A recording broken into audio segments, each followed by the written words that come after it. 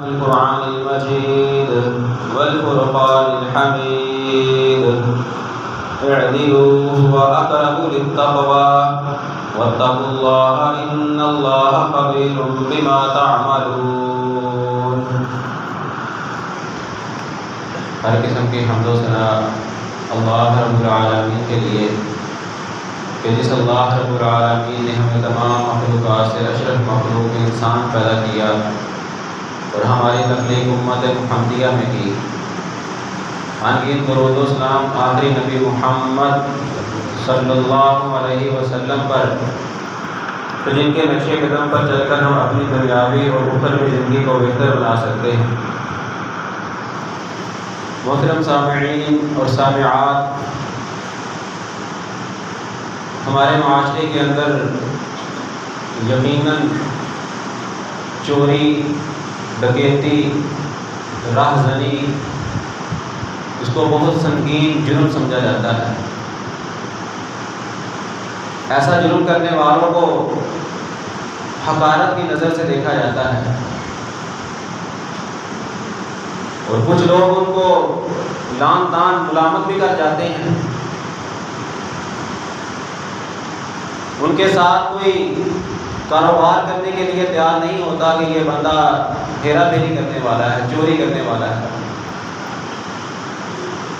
راستے میں چلتے ہوئے پتہ چل جائے کہ یہ بندہ بھی سفر پہ نکل رہا ہے اور پتہ ہو کہ یہ تو ڈاکو ہے تو بندہ اس کے ساتھ بیٹھنے کے لیے تیار نہیں ہوتا. پتہ چل جائے کہ میرے ساتھ بیٹھنے والا، میری سیٹ کے ساتھ والا جیب اترا ہے تو انسان سارے سفر میں جا کے اپنی جیبوں کی حفاظت کرنے والا ہوتا ہے. لیکن جہاں پر اس جرم کو جس قدر سنگینی کے ساتھ دیکھا جاتا ہے، اس کے ساتھ ساتھ کہیں ایسا تو نہیں ہمارے اندر یا ہم میں سے کسی کے اندر یہ جرم کسی دوسرے معنوں کے ساتھ پایا جا رہا ہو اور ہمیں اس کی کانوں کان خبر نہ ہو رہی ہو. دوسروں کو میں چور، ڈکیت، راہزن، جیب کترا قرار دیتا رہوں، ان سے بچاؤ اختیار کرتا رہوں، لیکن میں کہیں دوسروں کے حقوق مار کے، دوسروں کے حقوق پہ قبضہ کر کے، چوری کر کے یا سر عام ان کے حقوق کو لوٹ کے، ڈاکہ ڈال کے کہیں اللہ کے ہاں مجرم تو نہیں ٹھہر رہا. میری مراد ہمارے معاشرے کے اندر بہنوں اور بیٹیوں کو ان کے حقیقی حقوق سے محروم کر دینا ہے. سب سے پہلا حق جو ہمارے معاشرے کے اندر اس عورت ذات سے چھینا جاتا ہے وہ اس کی پیدائش کے وقت خوشی کا حق تھا. جب گھر کے اندر اللہ کی نعمت بیٹی آئی تو ہمارے چہروں کے اوپر وہ خوشی کے آثار دکھائی نہیں دیے جو بیٹے کی پیدائش میں دکھائی دیتے ہیں. بیٹا پیدا ہوا تو پورے محلے کے اندر، پوری گلی کے اندر مٹھائی تقسیم کی گئی. جب بیٹی پیدا ہوئی تو سسرال والوں کو فون تک بھی نہ کیا. یہ عدل نہیں ہے. یہ ہم نے بیٹی کا حق بیٹے کے برابر نہیں رکھا. جس قدر خوشی نر اولاد کی، مذکر اولاد کی ہونی چاہیے، اسی طرح ہمیں خوشی ایک مؤنث کی، ایک بیٹی کی پیدائش کے اوپر ہونی چاہیے.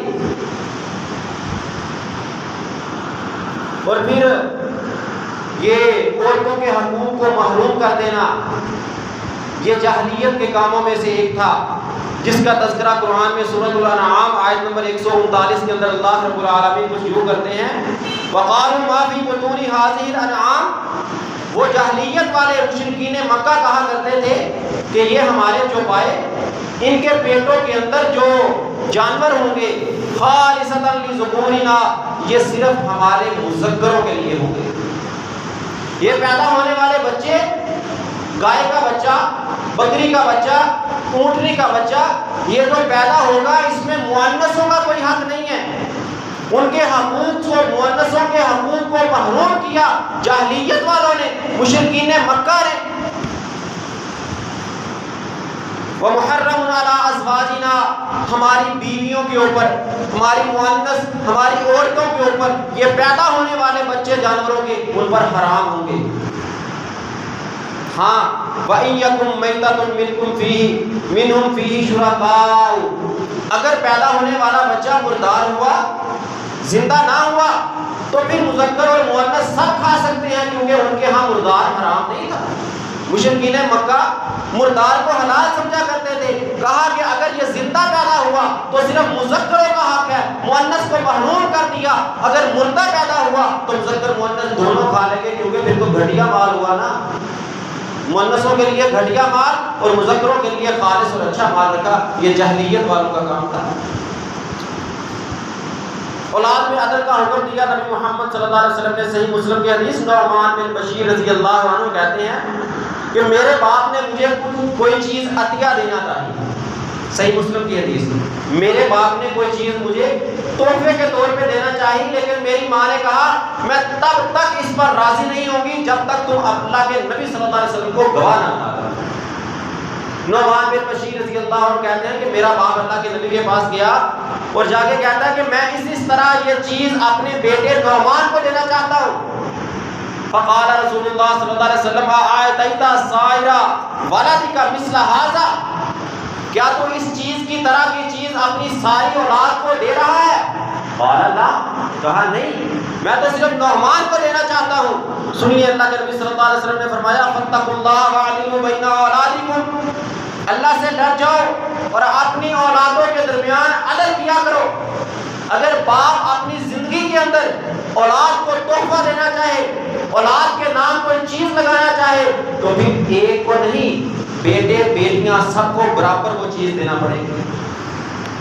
باپ چاہتا ہے کہ میں اپنی زندگی کے اندر اپنی جائیداد اولاد میں تقسیم کر جاؤں، تو پھر بیٹی کو آدھا، بیٹے کو ڈبل نہیں، پھر وہ برابر تقسیم کرے گا، کیونکہ وراثت تب بنتی ہے جب باپ وفات پا جائے۔ وراثت تب بنتی ہے جب وراثت کا مالک دنیا سے رخصت ہو جائے، پھر جو پیچھے ورثات چھوڑے جاتے ہیں ان کو شریعت کے قوانین کے مطابق تقسیم کیا جائے گا۔ اگر کوئی باپ اپنی زندگی کے اندر اولاد کو تحفہ دینا چاہے، اولاد کے نام کوئی چیز لگوانا چاہے، تو پھر ایک کو لگوانے کی اجازت نہیں ہے۔ صحیح مسلم کی حدیث، نعمان بن بشیر رضی اللہ عنہ کہتے ہیں کہ میرا باپ مجھے دینا چاہتا تھا، لیکن اللہ کے نبی نے کہا نہیں، تو ایک کو دے رہا ہے، ایسا جائز نہیں، سب کو دے۔ فتقوا اللہ، اللہ سے ڈر جاؤ، اپنی اولادوں کے اندر انصاف کرو، عدل کرو۔ فرمایا فلا تشهدنی اذا فإنی لا اشهد على الزور فارجعه، مجھے گواہ مت بناؤ۔ نعمان بن بشیر کی والدہ نے کہا تھا نا کہ اللہ کے نبی کو گواہ بناؤ، میں تب راضی ہوں گی، تو اللہ کے نبی نے کہا کہ مجھے گواہ مت بناؤ، میں ظلم پر گواہ نہیں بنتا، کہ اگر تم ایک کو دو گے، ایک کو محروم کر دو گے تو یہ ظلم ہوگا۔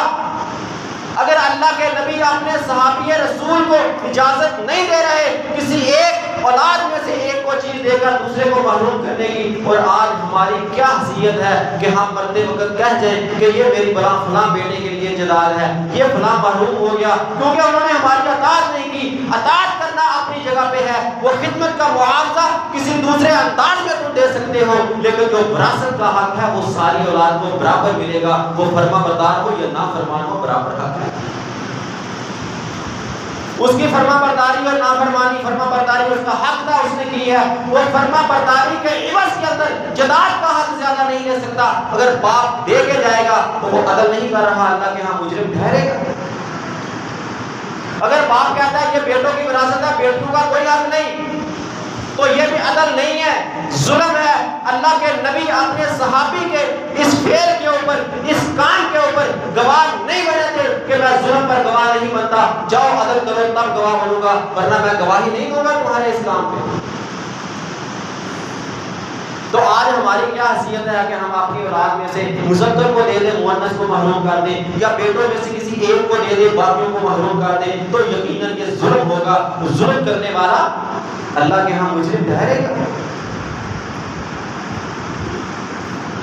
عدل کا انعام صحیح مسلم کی حدیث نمبر 1827 فرمایا ان المقسطین عند اللہ علی منابر من نور عن یمین الرحمن.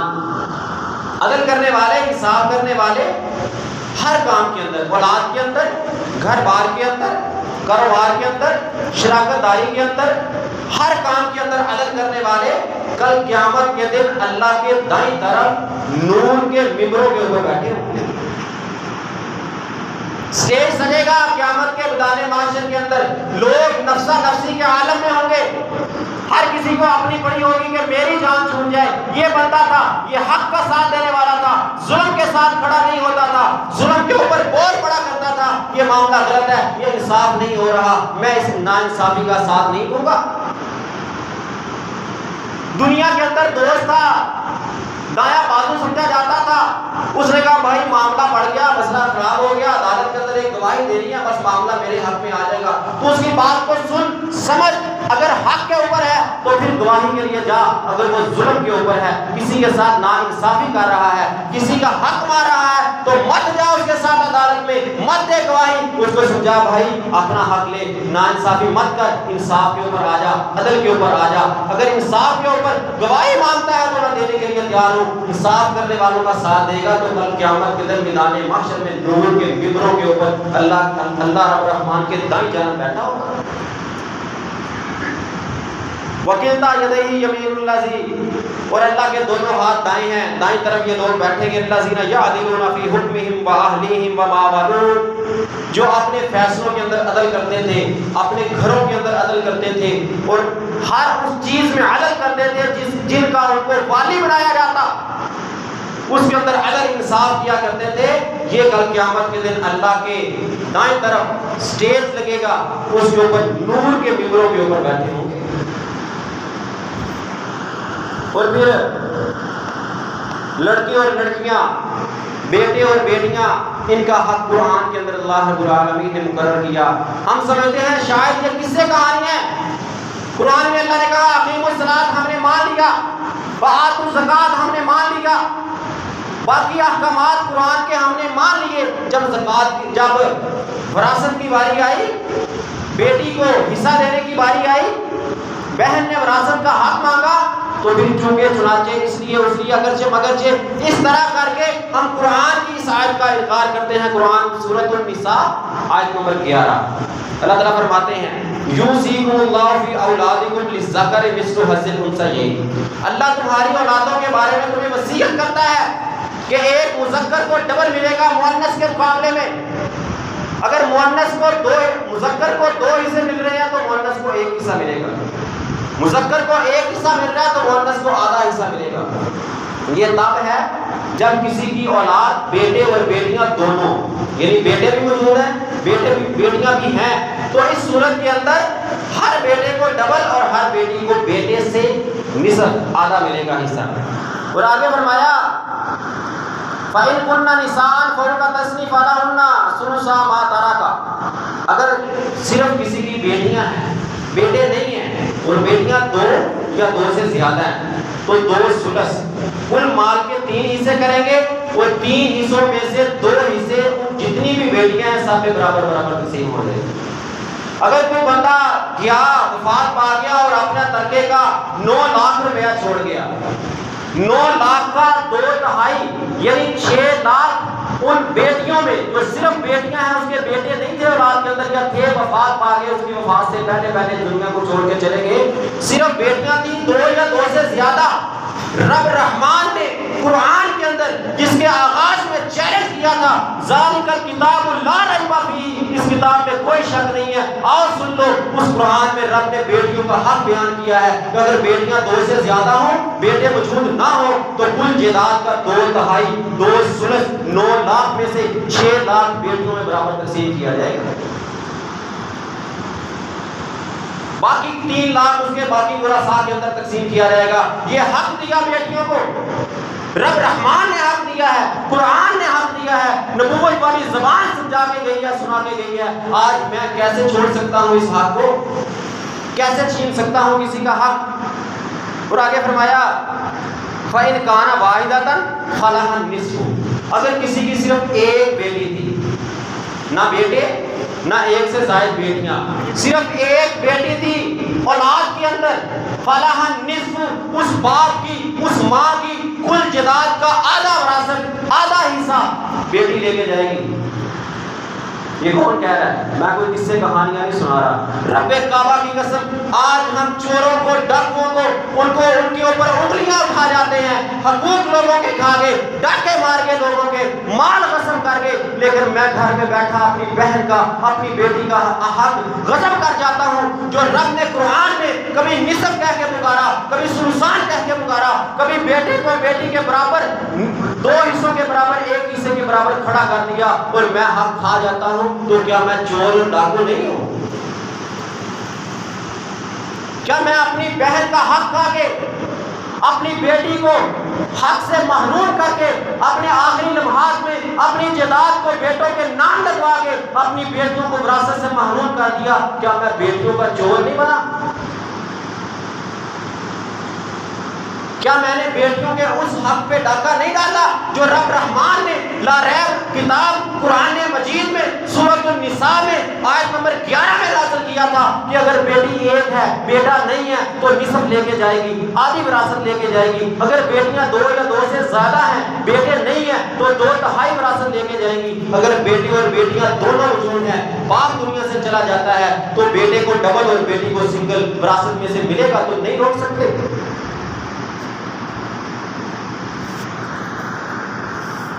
بیٹی کا حصہ محترم بھائیوں امانت ہوا کرتا ہے، اور امانت کے بارے میں سورۃ النساء آیت نمبر 58 میں اللہ تعالیٰ فرماتے ہیں ان اللہ یأمرکم ان تعدوا الامانات الی اہلها، اللہ تمہیں حکم دیتا ہے کہ تم امانت والوں کو ادا کر دو۔ امانت باپ فوت ہو گیا، دنیا کو چھوڑ کے چلا گیا، اس امانت کا وارث اس کا بھائی تھا، بھائی کا حق تھا کہ باپ کی بیٹی اس بھائی کی بہن جو باپ وراثت چھوڑ کے گیا، زمین چھوڑ کے گیا، دکان تجارت روپیہ پیسہ چھوڑ کے گیا، بھائی کا حق تھا کہ بھائی کے پاس امانت تھی باپ کی وراثت، اس میں سے اپنی بہن کو حصہ دینا۔ قرآن میں اللہ نے حکم دیا کہ امانتیں ان امانتوں والوں کو پہنچا دو، اس میں کوتاہی مت کرو۔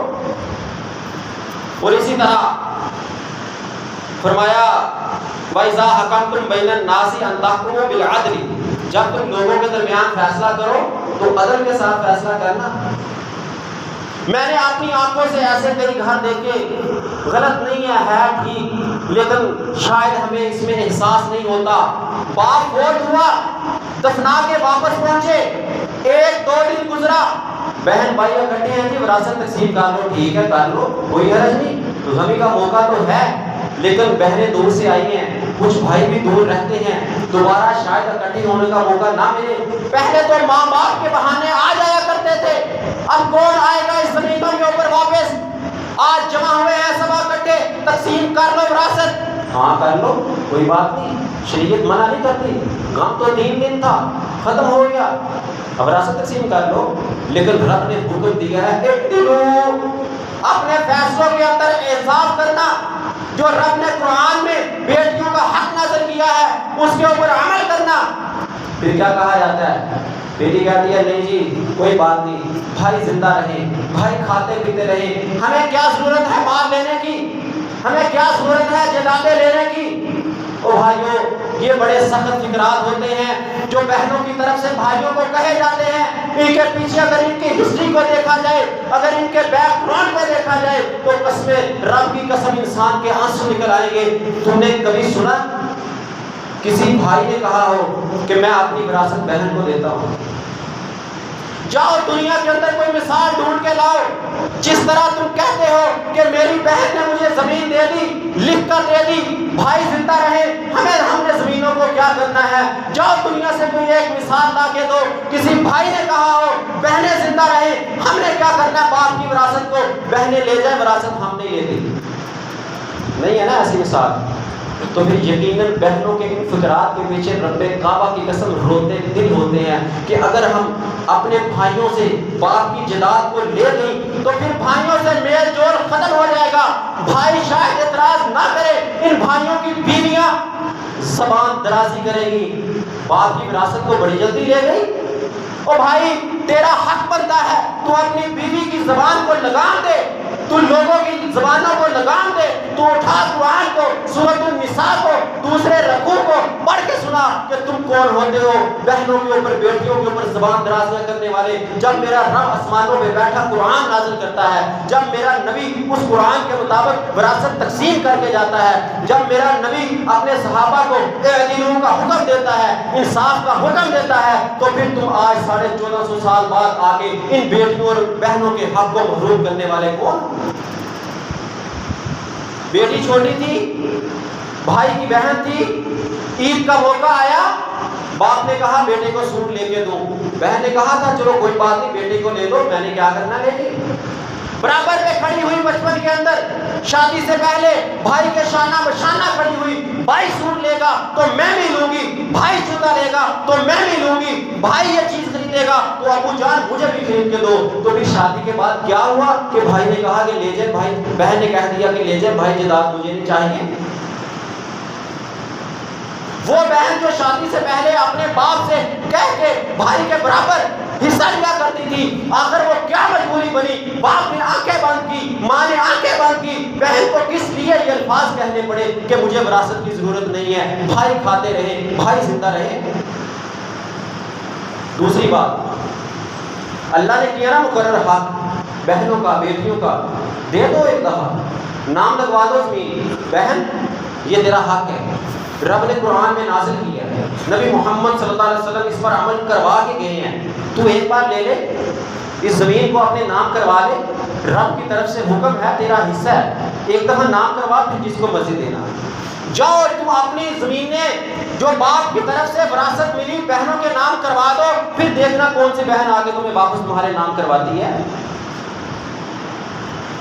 جب بھائی خوشی سے بہنوں کو نہیں دینا چاہتے، جب معاملات اس بات پہ پہنچتے ہیں کہ اگر زمین لے لی تو بھائیوں کا دروازہ بند ہو جائے گا، اگر زمین لے لی تو معاملات صرف خوشی اور غمی تک محدود ہو کے رہ جائیں گے، اگر بہن آ کے باپ کی وراثت میں سے حصہ لے گی تو دوبارہ اس زمین پہ آنے کے قابل نہیں رہے گی، تو پھر بہنیں مجبوراً کہتی ہیں، کیونکہ انہوں نے ساری زندگی اس ماں باپ کے گھر میں 15 20 25 سال گزارے ہوتے ہیں، پھر وہ نئے گھر کی ایک دلہن ہوا کرتی ہیں، وہ کہتی ہیں کہ اگر ہم اس گھر سے نکل گئی تو نہ جانے آگے ہمارے ساتھ کیا معاملات بنیں گے۔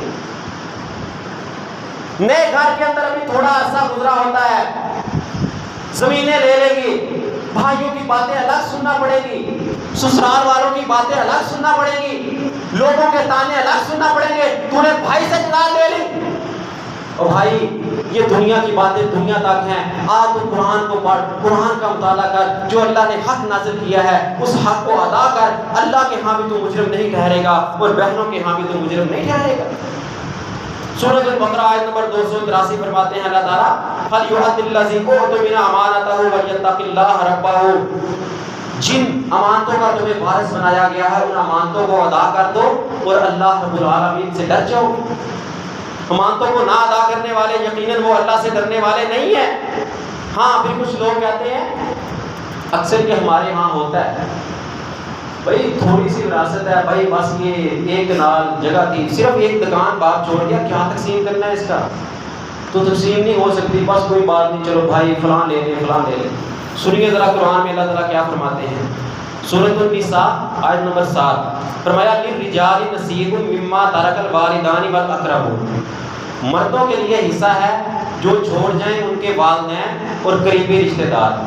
جو الفاظ مردوں کے لیے بولے من وعن، اسی کے ساتھ وہی الفاظ عورتوں کے لیے بولے، وللنساء نصیب مما ترک الوالدان والاقربون، عورتوں کے لیے بھی حصہ ہے جو چھوڑ جائیں والدین اور قریبی رشتہ دار۔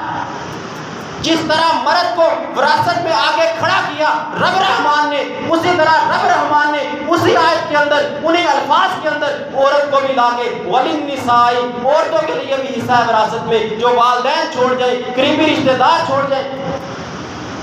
یہیں تک بس نہیں، یہ نہیں ہے کہ مربوں کے مربے چھوڑ جائیں تو تب تقسیم ہوں گے، لاکھوں کروڑوں میں روپیہ پیسہ چھوڑ جائے تو تب تقسیم ہوگا، نہیں، فرمایا مما قل منہ او کثر، وراثت کم ہو یا زیادہ ہو تقسیم ہوگی، مردوں کا حصہ مردوں کو ملے گا، عورتوں کا حصہ عورتوں کو ملے گا۔ اگر تو بہن کے حق میں سے، بیٹی کے حق میں سے 1 روپیہ نہیں، ایک پیسہ بھی کھائے گا تو کل قیامت کے دن ادا کرنا پڑے گا۔ مما قل او کثر، کم ہو یا زیادہ کوئی لمٹ نہیں ہے، کوئی حد نہیں ہے۔ جو باپ چھوڑ کے جائے گا وراثت، وہ جس کا حق اللہ نے قرآن کے اندر مقرر کیا ہے وہ تجھے ادا کرنا پڑے گا، وہ 1 روپیہ ہو یا 1 پیسہ ہو یا لاکھوں کروڑوں کی بات ہو۔ نصیبا مفروضا، یہ فرض حصہ ہے، سنت نہیں ہے۔ عمل کر لو تو ٹھیک، نہ کرو تو کوئی حرج نہیں، نہیں، نصیبا مفروضا، یہ رب رحمان کی طرف سے فرض کیا ہوا حق ہے۔ فرض ادا نہیں کرو گے تو گناہ گار ہے، کوتاہی ہے، اللہ کے ہاں مجرم ٹھہرو گے۔ اور پھر کسی کا تھوڑا سا مال کھا جانے والا، ذرا برابر مال لے جانے والا، اس کے بارے میں سنیے مسند احمد حدیث نمبر 22504، فرمایا لا یحل للرجل ان یاخذ عصا اخیہ بغیر طیب نفسہ، کسی مرد کے لیے، کسی آدمی کے لیے حلال نہیں ہے کہ وہ کسی کا عصا، کسی کی لاٹھی، ہمارے ہاں کیا حیثیت ہے اس کی، کسی کی لاٹھی تک، کسی کے عصا تک اس کی دلی خوشی کے بغیر لے جائے۔ دلی خوشی میں آگے پھر ہم کہتے ہیں نا وہ بات جس کو میں پہلے وضاحت کر چکا ہوں کہ بہنوں نے خوشی سے لکھ دیا، بہنوں نے خوشی سے بھائی کے نام کروا دیا، اور کبھی کسی بھائی نے بھی خوشی سے کسی بہن کے نام اپنی جائیداد کروا دی ہو۔ اگر خوشی مطلوب ہے بہنوں کی تو ایک بار باپ کی جائیداد میں سے بہنوں کا حصہ ان کے نام لگواؤ، پھر کہنا بہن خوشی سے دینا چاہتی ہے نا تو اب میرے نام کروا دیں۔ یہ ہے دلی خوشی، جس کو کہتے ہیں دلی خوشی۔ وہ جو بہنیں تمہیں اوپر سے کہہ دیتی ہیں کہ بھائی تو کھاتا رہے کوئی بات نہیں، یہ دلی خوشی نہیں ہوتی، یہ مجبوری ہوتی ہے۔ وہی بات جو میں پہلے کی کہ جو بہن شادی سے پہلے بھائی کے شانہ بشانہ کھڑے ہو کے کپڑے، لباس، ضرورت کی ہر چیز برابری میں لیا کرتی تھی، شادی کے بعد کن الفاظ کے ساتھ وہ کہہ دیتی ہے کہ بھائی لے لے مجھے کوئی ضرورت نہیں ہے، تو اس کے پیچھے وہی بات ہوتی ہے کہ کہیں بھائی کا دروازہ میرے لیے بند نہ ہو جائے، میں تو پرائے گھر کا آنگن، پرائے گھر میں رہنے والی، میرا وہ والدین کا گھر کہیں چھوٹ نہ جائے۔ خوشی سے دے اپنی بہن کو، اس کے نام کروا، پھر تیری بہن جس کو مرضی دے خود استعمال کرے یا تجھے دے دے۔ فرمایا وذالک لشدۃ ما حرم رسول اللہ من مال المسلم الی المسلم، یہ بات کیوں کہی کہ حلال نہیں ہے کسی مسلمان کے لیے کہ کسی بھائی کا ایک لاٹھی بھی اس کی دلی خوشی کے بغیر لے جائے۔ کیوں؟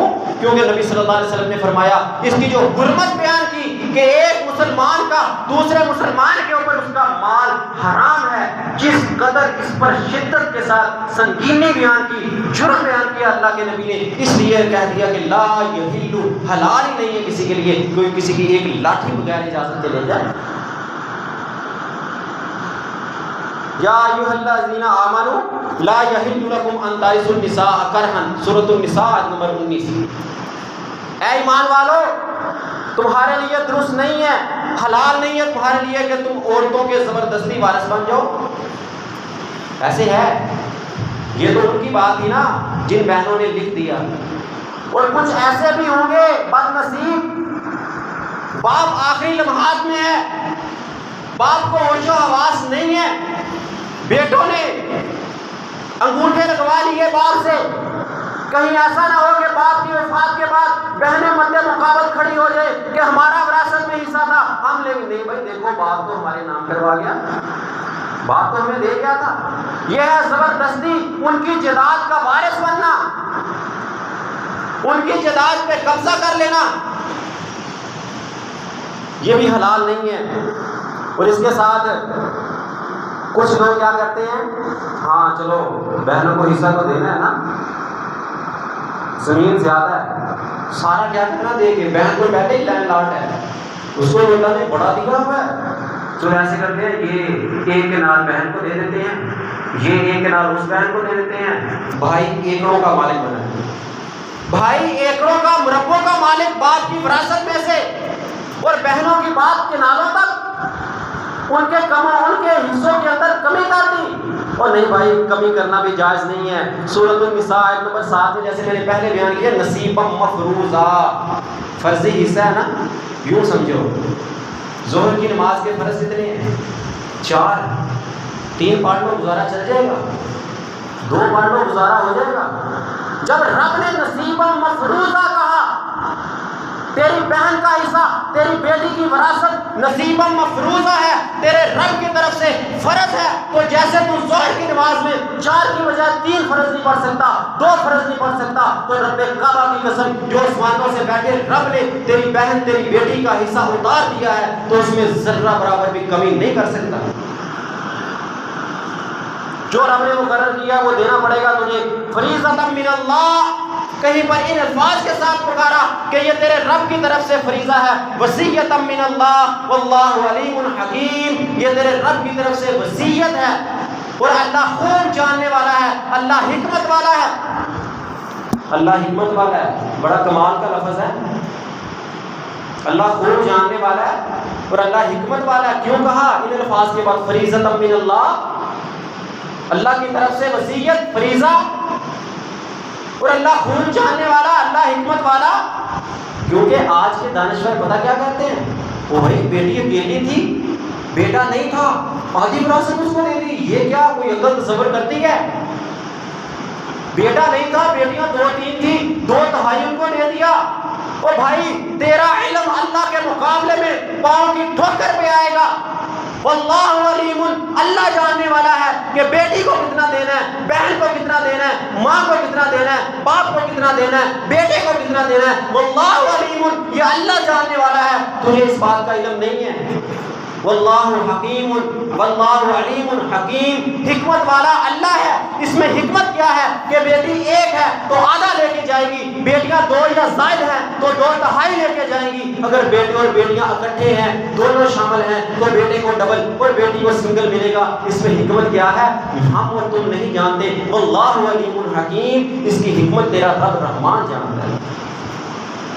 تیرا کام سننا اور اس پہ عمل کرنا ہے، چونکہ چنانچہ اس لیے اگرچہ مگرچہ ہیلے بہانے یہ تیرا کام نہیں ہے، سننا اس کو مان لینا یہ ہے انسان کا کام، یہ ہے آدم علیہ السلام کا کام، یہ تھا انبیاء کا کام، یہ تھا اللہ کے متقی پرہیزگاروں کا کام۔ سننے کے بعد تعویلیں کرنا، سننے کے بعد اپنی عقل کے گھوڑے دوڑانا، یہ کس کا کام تھا؟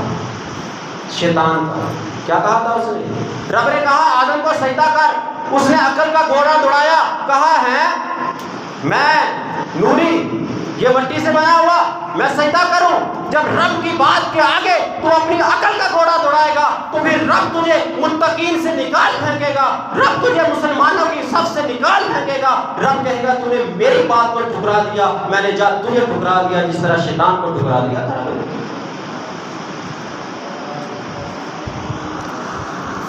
یتیم کا مال کھانے والا، سورۃ النساء آیت نمبر 10۔ یقیناً جس کا باپ فوت ہوتا ہے، چھوٹی بہن بھی شادی نہیں ہوئی، یتیم ہے نا، بیٹا چھوٹا اس فوت ہونے والے باپ کا یتیم ہے، جب تک بالغ نہیں ہو جاتا یتیم ہے۔ یتیموں کے بارے میں کیا کہا؟ سورۃ النساء آیت نمبر 10، ان الذین یأکلون اموال الیتامی ظلما انما یأکلون فی بطونہم نارا، بے شک وہ لوگ جو یتیموں کے مال کو ظلم سے کھا جاتے ہیں۔ بیٹا بڑا تھا، باپ فوت ہو گیا، زمین ساری اپنے نام کروا لی، چھوٹا بھائی تھا، باپ تھا، بوڑھا تھا، فوت ہوا، بیٹا چھوٹا تھا، سمجھ نہیں تھی، زمین اپنے نام کروا لی۔ جب وہ چھوٹا بھائی باپ کا بیٹا چھوٹا بڑا ہوا تو کہا باپ تو کچھ نہیں چھوڑ کے گیا، یہ تو میری اپنی کمائی ہے۔ اس یتیم کا مال ہڑپ کیا، بہن تھی، چھوٹی تھی، نابالغ تھی، سمجھ نہیں تھی، یتیموں کی صف میں آئے گی۔ تیرا حق تھا جب بڑی ہوتی تو بتاتا کہ باپ یہ چھوڑ کے گیا تھا، بہن تیرا یہ حصہ بنتا ہے، میں نے سنبھال کے رکھا ہے، یہ تیرا حق ہے، جا تو لے جا۔ تو نے اس پہ قبضہ کیا، اس کو کھا لیا، تو مت سمجھنا تو نے دنیا کی نعمتیں کھا لی۔ یأکلون فی بطونہم نارا، وہ اپنے پیٹوں کے اندر آگ کو بھر رہے ہیں۔ یتیموں کے مالوں کو کھانے والے، اس پہ قبضہ کرنے والے، ہم دوسروں کی طرف کہتے ہیں دیکھ فلاں کا باپ فوت ہوا، فلاں نے اٹھ کے قبضہ کر لیا، وہ چھوٹا بچہ تھا، اس کو کچھ دیا نہیں ہے، ذرا تو بھی دیکھ تیرا باپ دنیا سے چلا گیا، تو نے اپنے بہن بھائیوں کے اندر کس قدر انصاف کیا، اے عدیلوں کے اوپر عمل کیا، تو نے باپ کی وراثت کو، ماں کی وراثت کو کس طرح انصاف کے ساتھ تقسیم کیا۔ صحیح بخاری کی حدیث فرمایا 7 تباہ کر دینے والی چیزیں. سب سے پہلی چیز سود انسان کو تباہ کر دیتا ہے. کیوں؟ فَأَذَنُوا بِحَرْبٍ مِّنَ اللَّهِ وَرَسُولِهِ. سود کھانے والوں کے بارے میں کیا کہا کہ تم اللہ اور اس کے رسول کے خلاف اعلان جنگ کر رہے ہو. اور رب کعبہ کی قسم ہے اگر دنیا میں 2 انسان، ایک کبھی ہو ایک ذرا کمزور ہو، تو کمزور کبھی سے نہیں نہ جیت سکتا جنگ. تو اللہ اور اللہ کے رسول سے لڑی جانے والی جنگ کبھی جیتی جا سکتی ہی نہیں. تباہ کر دینے والی سب سے پہلی چیز سود. اور سود کے ساتھ ہی دوسری چیز کیا بیان کی؟ یتیم کا مال کھانے والا. اور بھائی یتیم کا مال کھانے والا نہ کبھی دنیا میں کامیابی پائے گا، نہ کبھی آخرت میں کامیابی پائے گا. دنیا میں فی الوقت تو کامیاب ہو بھی جا تو ایک وقت آئے گا رب تجھے اٹھا کے ایسے پھینکے گا پھر تجھے اٹھنے کا موقع نہیں ملے گا. جو لوگ شرعی تقسیم کو نہیں مانتے، شرعی تقسیم پر عمل نہیں کرتے، ان کے بارے میں سورۃ النساء آیت نمبر 14 کے اندر فرمایا وَمَن يَعْصِ اللَّهَ وَرَسُولَهُ وَيَتَعَدَّ حُدُودَهُ يَدْخُلْهُ نَارًا خَالِدًا فِيهَا وَلَهُ عَذَابٌ مُهِينٌ. جو لوگ اللہ اور اللہ کے رسول کی اطاعت نہیں کرتے، حدود سے تجاوز کر جاتے ہیں، ان کے لیے آگ ہے اور ان کے لیے رسوا کر دینے والا عذاب ہے. آگ میں داخل ہوں گے. آگ بھی تو عذاب تھا، آگے پھر عذاب مہین کیوں بولا؟ کیونکہ دنیا میں بھی ان کی قسمت میں رسوائی لکھی جائے گی اور آخرت کے لیے وہ آگ، آخرت کے اندر وہ آگ میں داخل کیے جائیں گے. صحیح بخاری کی حدیث نمبر 3198 فرمایا من اخذ شبرا من الارض ظلما فانه يطبقه يوم القيامه من 7 عظیم. جس نے کسی کی ایک بالشت، یہ ایک بالشت ہے، جس نے کسی کی ایک بالشت زمین ظلم سے ہڑپ کر لی، کل قیامت کے دن اس کو 7 زمینوں کا توپ اس کے گلے میں ڈالا جائے گا. وہ ایک بالشت 7 زمینوں تک کاٹ کے اس کے گلے میں توپ پڑا کے ڈالا جائے گا، صرف ایک بالشت. اور ہم کتنے حصے کھائے بہنوں کے، کتنی وراثتیں ہڑپ کر کے بیٹیوں کی، کتنے بڑے بھائیوں نے چھوٹے بھائیوں کی جائیدادوں پہ قبضہ کیا، کتنے چاچو فوت ہونے والے کے بھائی، اس فوت ہونے والے کی اولاد چھوٹی تھی، بچے تھے، فوت ہونے والے کے بھائی اٹھے، اس چھوٹے بچوں کے چاچو اٹھے اور ان بچوں کی اولاد پہ قبضہ کر لیا. کتنی زمینیں، کتنی دکانیں، کتنے روپے پیسے ہم نے ہڑپ کیے. کل قیامت کے دن سب توپ بنا کے گلے میں ڈالا جائے گا. ایک نہیں، 7 گنا.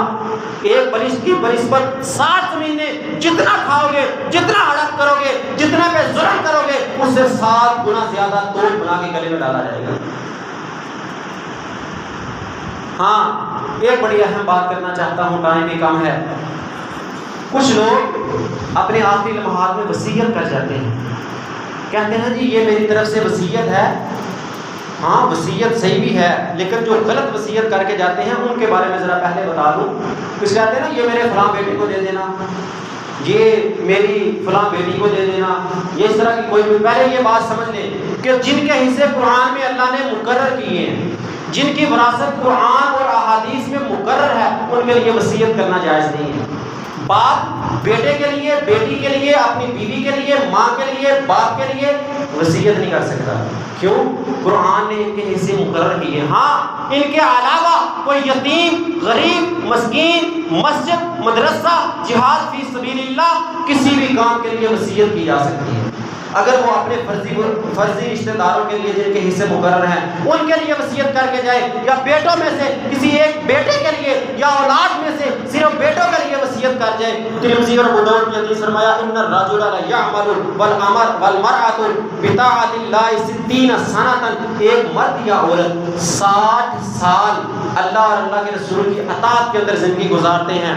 ثم يحضرهم الموت، پھر ان کو موت حاضر ہوتی ہے. فيضاران في الوصية، وہ اپنی وصیت میں کسی کو نقصان پہنچا جاتے ہیں. وصیت اس طرح کرتے ہیں کہ کسی دوسرے کو نقصان پہنچ گیا، اس بیٹے کو دے دینا، اس کو نہ دینا، بیٹوں کو دے دینا، بیٹیوں کو محروم کر دینا، اس طرح کی وصیت کر کے جاتے ہیں. فَتَجِبُ لَهَا النَّارُ، اس مرد یا عورت کے لیے آگ واجب ہو جاتی ہے، اس کی جہنم پکی ہو جاتی ہے. ذرا غور کرنا اپنی وصیتوں کے اوپر جو ہم وصیتیں کر کے جاتے ہیں۔ سورۃ البقرہ آیت نمبر 182 کے اندر اللہ تعالیٰ فرماتے ہیں فمن خاف من موص جنفا او اثما فاصلح بینہم فلا اثم علیہ۔